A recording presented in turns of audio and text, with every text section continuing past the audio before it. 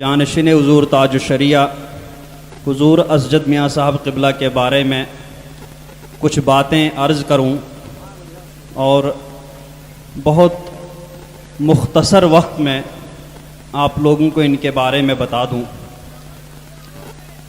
تاکہ آپ لوگ جان لیں کہ جس عظیم ہستی کا یہ جانشین بننے جا رہے ہیں یا جانشین ہیں، اس ہستی نے ان کو بالکل خالی نہیں چھوڑا تھا بلکہ علوم و فنون سے ان کو بھی مالا مال کر کے چھوڑا تھا۔ قائدانہ صلاحیتیں ان کے اندر بھر دی تھیں، تب جا کر کے خود ہی اپنی زندگی میں ہی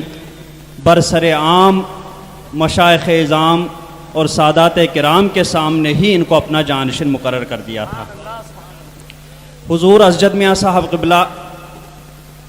کا نام گرامی تو آپ کو معلوم ہی ہے، حضرت مولانا مفتی محمد اسجد رضا خان قادری بریلوی مدد ذلہ العالی۔ آپ بچپن ہی سے حضور مفتی اعظم علیہ الرحمۃ والرضوان کے دست حق پرست پر بیعت ہوئے تھے، اور خود ہی فرماتے ہیں کہ ہم لوگ بچے تھے، وقتاً فوقتاً حضور مفتی اعظم کی بارگاہ میں حاضری ہوتی رہتی تھی تو ہم بچپن ہی میں تجدید بیعت کرتے رہتے تھے۔ پھر اس کے بعد جب تھوڑا بڑے ہوئے تو حضرت مولانا نظام الدین صاحب اور حضرت مولانا مفتی ناظم علی صاحب اور حضرت مولانا مفتی مظفر حسین صاحب سے ابتدائی کتابوں کی تعلیم حاصل کی، اور اسی اسلامیہ انٹر کالج سے پھر عصری تعلیم حاصل کی۔ اس کے بعد اپنے ماموں جان صدر العلماء حضرت علامہ تحسین رضا خان علیہ الرحمۃ والرضوان کے پاس بڑی کتابوں کا درس حاصل کیا، اور پھر اپنے والد گرامی حضور تاج الشریعہ مدد ذلہ العالی سے منتہی کتابوں یعنی بخاری شریف، مسلم شریف اور تخصص فی الفقہ میں یعنی افتاء میں جو کتابیں اس وقت پڑھائی جاتی ہیں، ان تمام کتابوں کا درس انہوں نے اپنے والد ماجد حضور تاج الشریعہ مدد ذلہ العالی سے حاصل کیا۔ اور حضور تاج الشریعہ نے ان کو صرف درسی کتابیں ہی نہیں پلائی بلکہ ان سے ہٹ کر کے جو عشق رسول کا جام پلاتے آئے ہیں، اسی عشق رسول کا جام پلانے کے لیے حضرت علامہ شرف الدین بوسیری کا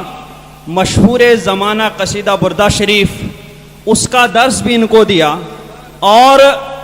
علامہ بوسیری ہی کے دوسرے قصیدہ جو قصیدہ حمزیہ کے نام سے مشہور ہے، اس کی شرح علامہ ابن حجر مکی علیہ الرحمۃ والرضوان نے افضل القراء کر کے اس نام سے لکھی ہے، جو شرح حمزیہ کے نام سے مشہور و معروف ہے۔ اس میں بھی حضرت علامہ بوسیری اور پھر حضرت علامہ ابن حجر مکی نے کوٹ کوٹ کر عشق رسول کا درس دیا ہے۔ تو حضور تاج الشریعہ نے بنفس نفیس اپنی زبان مبارک سے حضور اسجد میاں صاحب قبلہ کو اس کا بھی باقاعدہ درس دے دیا تھا۔ سبحان اللہ سبحان اللہ۔ اور پھر اس کے بعد 2003 میں غالباً حضور اسجد میاں صاحب قبلہ نے پہلا فتویٰ لکھا، اور پھر 2006 میں حضور تاج الشریعہ مدد ذلہ علیہ الرحمۃ والرضوان نے پہلے جماعت رضائے مصطفیٰ کی صدارت ان کو سونپی تھی، پھر اس کے بعد مرکز الدراسات الاسلامیہ جامعۃ الرضا کی نظامت بھی انہی کے حوالے کی تھی، اور اس کے بعد شہر بریلی کے قاضی حضرت علامہ قاضی عبدالرحیم بستوی علیہ الرحمۃ والرضوان کا جب وصال ہوا تو ان کے بعد انہی کو بریلی شریف کا قاضی بھی مقرر فرما دیا تھا، اور پھر شرعی کونسل آف انڈیا جب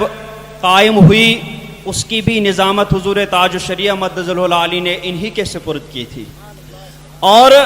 حضور تاج الشریعہ مدد ذلہ العالی اور علیہ الرحمۃ والرضوان نے اپنی زندگی میں ہی دیکھا کہ حضور اسجد میاں صاحب قبلہ نے یہ تمام ذمہ داریاں بحسن و خوبی نبھائی تھی، اور اتنا ہی نہیں، جامعۃ الرضا میں خود لے جا کر کے اپنے سامنے مشکات شریف کا